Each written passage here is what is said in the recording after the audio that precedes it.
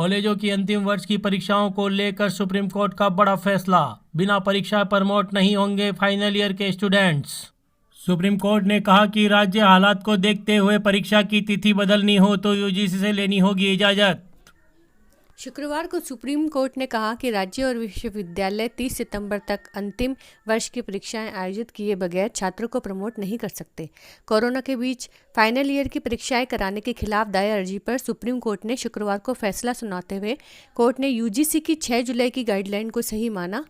UGC की guideline पर court ने फैसला लेते हुए कहा कि राज्य को परीक्षा रद्द करने का अधिकार है, लेकिन बिना परीक्षा पास नहीं होंगे स्टूडेंट्स, क्योंकि ऐसा करने से देश में हायर एजुकेशन के स्टैंडर्ड पर पड़ेगा असर।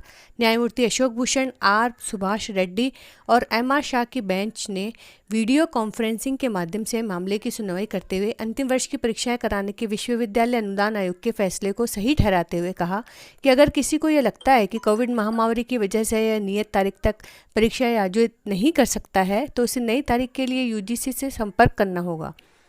पीठ ने कहा कि राज्यों को यूजीसी के दिशा निर्देशों के अनुसार ही अंतिम वर्ष की परीक्षाएं आयोजित करानी होगी और इसमें किसी भी प्रकार की छूट की अनुमति उन्हें नहीं होगी।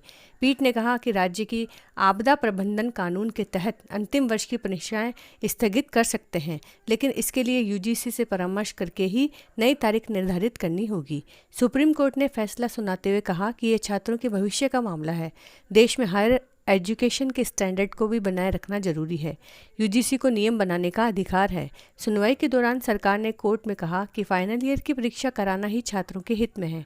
सरकार की ओर से यूजीसी का पक्ष सॉलिसिटर जनरल तुषार मेहता ने रखा था। उन्होंने कहा कि परीक्षा के मामले में नियम बनाने का अधिकार यूजीसी के पास ही है। कुछ छात्र फाइनल ईयर की परीक्षाएं रद्द कराने की मांग कर रहे थे। उन्होंने इंटरनल एवोल्यूशन या पिछले सालों की परफॉर्मेंस के आधार पर प्रमोट कराने की मांग की थी। कुछ राज्यों ने खुद ही परीक्षाएं रद्द करने का फैसला ले लिया था।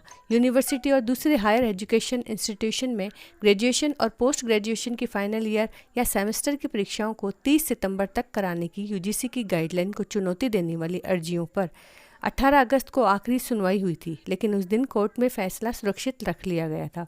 इस दौरान महाराष्ट्र, पश्चिम बंगाल, दिल्ली और ओडिशा की दलीलें भी सुनी गई। इन राज्यों ने परीक्षाएं रद्द करने का फैसला खुद ही ले लिया था। सुनवाई के दौरान यूजीसी के इन राज्यों के फैसले को कानून के खिलाफ बताया गया। अंतिम वर्ष की परीक्षाएं स्थगित करने के लिए शिवसेना के युवक प्रकोष्ठ, युवा सेना सहित कई याचिकाकर्ताओं ने सुप्रीम कोर्ट में याचिका दायर कर कोविड-19 महामारी के बीच परीक्षा कराने की यूजीसी के फैसले पर सवाल उठाए थे। यूजीसी ने पहले कहा था कि 6 जुलाई के दिशा निर्देश विशेषज्ञों की सिफारिश पर आधारित है और विस्तृत मंत्रणा के बाद ही इसे तैयार किया गया है। यूजीसी ने कहा कि यह दावा करना गलत होगा कि इस दिशा निर्देशों के अनुसार अंतिम वर्ष की परीक्षाएं करना संभव नहीं होगा।